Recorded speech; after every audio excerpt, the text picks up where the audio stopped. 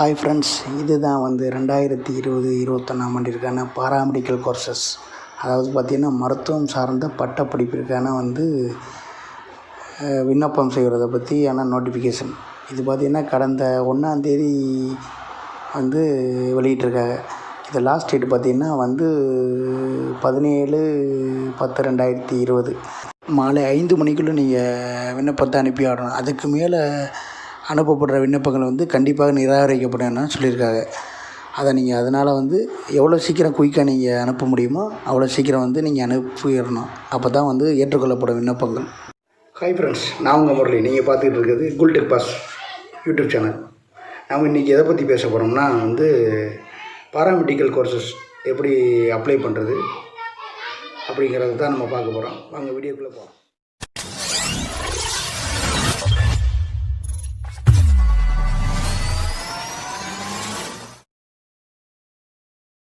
Hi friends, எல்லாத்துக்கும் வணக்கம். இதுதான் பாராமெடிக்கல் கோர்ஸ் விண்ணப்பிப்பதற்கான வெப்சைட்டோட லிங்க் டிஸ்கிரிப்ஷனில் கொடுத்துருக்கேன். அதை கிளிக் பண்ணினா இந்த மாதிரி ஹோம் பேஜ் தான் நிற்கும். ஓகே ஃப்ரெண்ட்ஸ், இப்போ எப்படி அப்ளை பண்ணாங்கிறத பார்க்கலாம். இந்த வீடியோ உங்களுக்கு பிடிச்சிருந்துச்சுன்னா கண்டிப்பாக ஷேர் பண்ணுங்கள், லைக் பண்ணுங்கள், மறக்காமல் நம்ம சேனலில் சப்ஸ்கிரைப் பண்ணுங்கள். இந்த வீடியோவை ஸ்கிப் பண்ணாமல் பாருங்கள். அப்போ தான் உங்களுக்கு கிளியராக புரியும், எப்படி அப்ளை பண்ணுறது என்னங்கிற டீட்டெயில்ஸ் எல்லாமே புரியும்.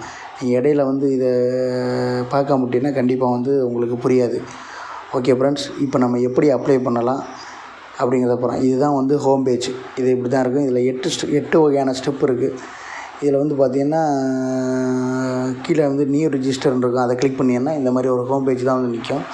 இதில் பார்த்திங்கன்னா உங்களோட 12th மார்க் லிஸ்ட்டு நீங்கள் கையில் எடுத்து வச்சுக்கிறீங்க. அதில் எப்படி உங்கள் நேம் இருக்கோ அதேபடி நீங்கள் நேமை டைப் பண்ணிக்கிறீங்க.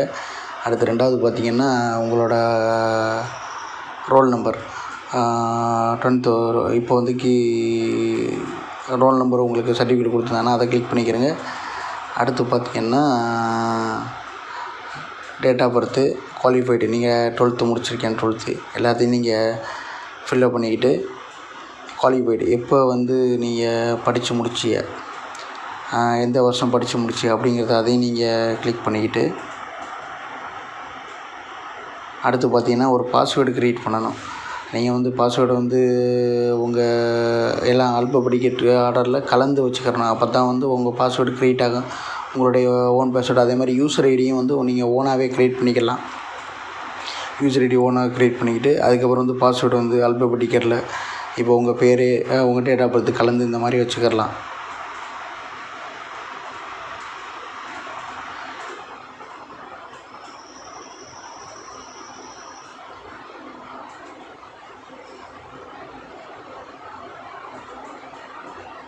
வச்சுக்கிட்டு அதுக்கு அடுத்து பார்த்தீங்கன்னா நீங்கள் என்ன ஸ்டேட் போர்டில் படிச்சிங்களா இல்லை சிபிஎஸ்சி இந்த மாதிரி இதில் படிச்சிங்களாங்கிறது இருக்கும். அதை கிளிக் பண்ணிக்கிட்டு அடுத்து நெக்ஸ்ட்டு கொடுத்தீங்கன்னா அடுத்த ஒரு பேஜ் இதாகும். அவங்க முதல்ல பார்த்திங்கன்னா உங்கள் மொபைலுக்கு ஒரு ஓடிபி வந்திருக்கு. அந்த ஓடிபி கிளிக் பண்ணிங்கன்னா உங்களோட யூசர் ஐடி பாஸ்வேர்டு க்ரியேட் ஆகிரும். அதுக்கப்புறம் பார்த்திங்கன்னா லாகினில் போய் உங்களோட யூசர் நேம் பாஸ்வேர்டுக்கு என்ட்ரு பண்ணிவிட்டு லாகின் கொடுத்தீங்கன்னா அடுத்த ஸ்டெப் வந்துடும். ஏற்கனவே நீங்கள் உங்களோட பேர் எல்லாமே கொடுத்துருக்கீங்க, அதனால் மேண்டிட்டரி அது ஆட்டோமேட்டிக்காக எடுத்துக்கிறோம். அடுத்து பக்கத்தில் இருக்க சைடில் இருக்கிறது நீங்கள் உங்களோட date of birth, father name, உங்களுடைய அட்ரஸ் எல்லாமே கிளிக் பண்ணணும். இப்போ நீங்கள் பெர்மனண்ட் அட்ரஸே உங்களோட கம்யூனிகேஷன் அட்ரஸ்னால் அதில் டிக் பண்ணிக்கிட்டீங்கன்னா ஆட்டோமேட்டிக்காக காப்பி ஆகிக்கிறோம். அடுத்து நெக்ஸ்ட்டு பார்த்திங்கன்னா உங்களோட கம்யூனிட்டி டீட்டெயில்ஸு,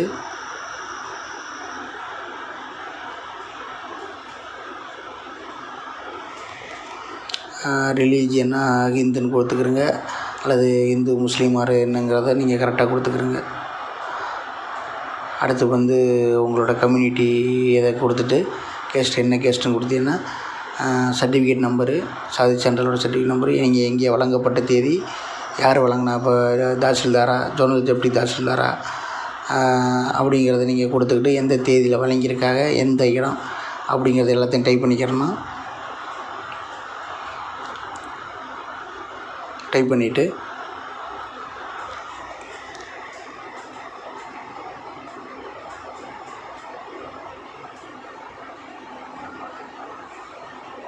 நீங்கள் எல்லாம் வந்து ஒன்ஸ் கரெக்டாக கொடுத்துக்கிறங்க. அப்போ தான் வந்து இது பண்ண முடியும். ஒன்ஸ் நீங்கள் எல்லாம் கொடுத்து சப்மிட் கொடுத்துட்டீங்கன்னா திருப்பி வந்து எடிட் பண்ணவோ எதுவுமே பண்ணுறது சாத்தியமும் கிடையாது. இதில் எல்லாம் என்ட்ரி பண்ணிட்டு நெக்ஸ்ட்டு கொடுத்தீங்கன்னா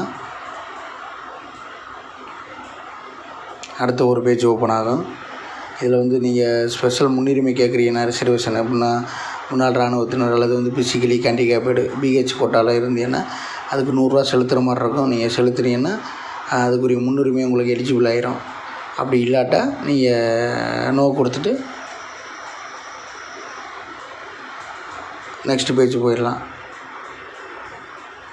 நெக்ஸ்ட் பேஜ் போயின்னா பேமெண்ட் டீட்டெயில்ஸ் நீங்கள் வந்து ஆன்லைன்லேயே பேமெண்ட் கட்டிக்கலாம், இல்லை டிடியே எடுத்து அனுப்புறீங்களா அப்படிங்கிற கேட்க. நீங்கள் ஆன்லைனில் பேமெண்ட் கட்டிங்கன்னா கட்டிக்கிறலாம். இப்போ ஆன்லைன் பேமெண்ட்டை நீங்கள் கிளிக் பண்ணிங்கன்னா ஒரு பேஜ் ஓப்பன் ஆகும். அதில் வந்து உங்களோட டீட்டெயில்ஸ் நெட் பேங்கிங் எல்லாமே அதில் அடிச்சுட்டு ஓகே கொடுத்தீங்கன்னா இந்த மாதிரி ஒரு ஸ்க்ரீன் வந்து நிற்கும். அதில் பேமெண்ட் டீட்டெயில்ஸ் எல்லாம் நீங்கள் கொடுத்து முடிச்சிட்டிங்கன்னா சக்ஸஸ் வந்தோன்னே அந்த டீட்டெயில்ஸ் அந்த இதை பிரிண்ட் எடுத்து நீங்கள் வச்சுக்கிறீங்க. ஃபியூச்சரில் இது கண்டிப்பாக யூஸ் ஆகும். இதை சேர்த்து நீங்கள் அனுப்ப வேண்டியதாக இருக்கும் கொரியரில். அடுத்து பார்த்தீங்கன்னா ஸ்கூல் ஸ்டடி பற்றின பேஜ் அடுத்து ஓப்பன் ஆகும். நீங்கள் 6th to 12th வரை ஒரே ஸ்கூலில் படித்தீங்கன்னா மேண்டிட்டரி எந்த வருஷம் எந்த ஸ்கூலு என்னங்கிறத கிளிக் பண்ணிட்டு அந்த டாப்பில் வந்து 6வது நேர 6th படித்ததுக்கு நேர டாப்பில் வந்து நீங்கள் சேமாக எல்லாமே ஒரே ஸ்கூலில் படித்தீங்கன்னா அதை டிக் பண்ணிங்கன்னா எல்லாமே மேண்டிட்டரியாக காப்பி ஆகிக்கிறோம். அப்படி நீங்கள் டிஃப்ரெண்ட் ஸ்கூலில் படித்தீங்கன்னா வெவ்வேறு ஸ்கூலில் நீங்கள் டைப் பண்ணிக்கிறீங்க. எந்த இயரில் முடிச்சிங்க என்னங்கிறது எல்லாமே கிளியராக டைப் பண்ணிக்கிறேங்க. டைப் பண்ணிட்டு அடுத்து நெக்ஸ்ட்டு கொடுத்தீங்கன்னா அகாடமிக் டீட்டெயில்ஸு பார்த்தீங்கன்னா அகாடமிக் டீட்டெயில்ஸுங்கிறது வந்து உங்களோட 12th எஜுகேஷன் ஏற்கனவே கொடுத்துருந்தியாது அதேபடியே வந்துடும். அதுக்கப்புறம் பார்த்தீங்கன்னா நீங்கள் அடிஷ்னலாக வந்து இப்போ பாராமெடிக்கல் கோர்ஸ் இப்போ அப்ளை பண்ணுறீங்க, அடிஷ்னலாக வேறு கோர்ஸ் எதுவும் எம்பிபிஎஸ் இந்த மாதிரி எதுவும் படிச்சுக்கிட்டு இருக்கீங்கன்னா அதோட டீட்டெயில்ஸை வந்து பார்த்திங்கன்னா எஸ் கொடுத்து அந்த டீட்டெயில்ஸு படிச்சுக்கிட்டு இருக்க டீட்டெயில்ஸை கொடுக்கணும்.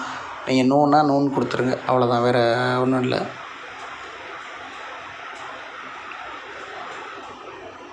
அதுக்கப்புறம் பார்த்திங்கன்னா ஹெச்எஸ்சிக்கு மேலே நீங்கள் எதுவும் படிக்கலைன்னா அது கண்டிப்பாக தேவைப்படாது உங்களுக்கு. எலிஜிபிள் வந்து 12th தான் மெயினு.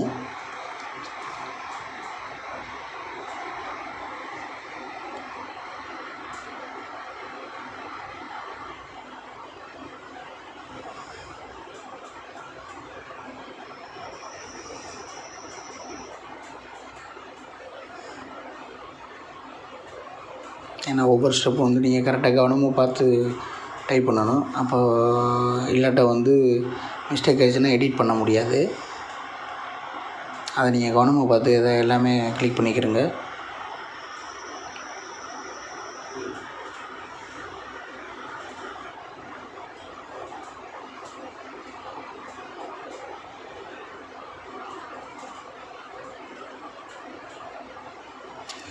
அடுத்து எல்லாம் கொடுத்துட்டு நெக்ஸ்ட்டு கொடுத்துருங்க. அடுத்து பார்த்தீங்கன்னா 12th நீங்கள் என்ன குரூப் எடுத்தீங்கிறத எல்லாம் கிளிக் பண்ணிட்டு நெக்ஸ்ட்டு கொடுத்தீங்கன்னா இந்த மாதிரி ஒரு பேஜ் வந்து நிற்கும்.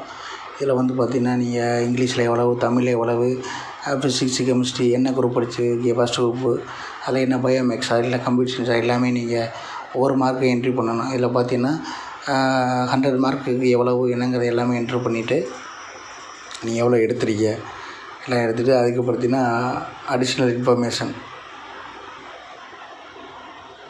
அடுத்து உங்களோட ரிலீஜியன் இந்த மாதிரி எல்லா கேட்டகரியும் வந்து நீங்கள் ஃபில் பண்ணிவிட்டு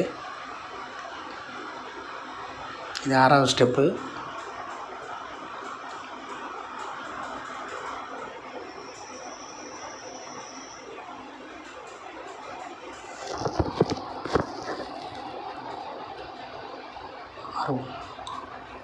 மறுபடியும் சொல்கிறேன், வீடியோ வந்து நீங்கள் ஸ்கிப் பண்ணாமல் பாருங்கள். அப்போ தான் வந்து உங்களுக்கு கடைசி வரை கரெக்டாக புரியும். எப்படிங்கிறத அப்ளை பண்ணுறது எல்லாமே டீட்டெயில் தான்.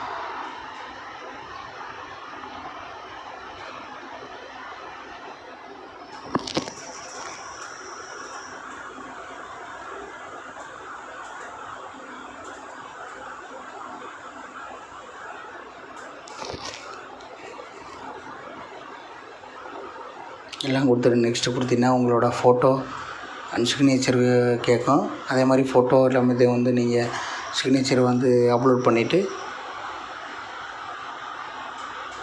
இது வந்து 7வது ஸ்டெப்பு. ஃபோட்டோ சிக்னேச்சர் எல்லாம் அப்லோட் பண்ணிவிட்டு கரெக்டாக வந்து குறுக்க அந்த கொடுத்துருக்க அளவுக்குள்ளே கரெக்டாக நீங்கள் கிராப் பண்ணி கரெக்டாக அப்லோட் பண்ணிட்டீங்கன்னா அதில் ஓகே அப்லோட் ஆயிரும். அதுக்கப்புறம் வந்து சேவ் அண்ட் கண்டினியூ கொடுத்தீங்கன்னா அப்ளிகேஷன் ஓப்பன் ஆயிரும். அப்ளிகேஷன் ஓப்பன் ஆகிடுச்சுன்னா இந்த மாதிரி தான் வந்து அப்ளிகேஷன் ஓப்பன் ஆகிருக்கும். இதில் சப்போஸ் நீங்கள் வந்து எதுவும் எரர் பண்ணியிருந்தீங்கன்னா இதான் லாஸ்ட்டு சான்ஸ். இதில் வந்து நீங்கள் போய் எடிட் பண்ணி திருப்பி எந்த பேஜ் இப்போ 7 நம்பரு 6 நம்பர்னால் நீங்கள் போய் வந்து எடிட் பண்ணிக்கலாம். அதில் எடிட்டுங்கிற ஆப்ஷன் இருக்கும், அதை கிளிக் பண்ணிங்கன்னா நீங்கள் அந்த பேஜுக்கு போயிடும். சப்போஸ் நீங்கள் எல்லாம் கொடுத்துருக்கிறது கரெக்டு அப்படின்னு சொல்லிட்டு மறுபடியும் நீ எடிட் பண்ணி கூட வெரிஃபை பண்ணிவிட்டு கண்டினியூ கொடுத்தீங்கன்னா இந்த மாதிரி பேஜ் வந்து நிற்கும். இதை நீங்கள் வந்து கண்டினியூ கொடுத்து பிரிண்ட் அப்ளிகேஷன் கொடுத்தீங்கன்னா பிரிண்ட் ஆகிரும்.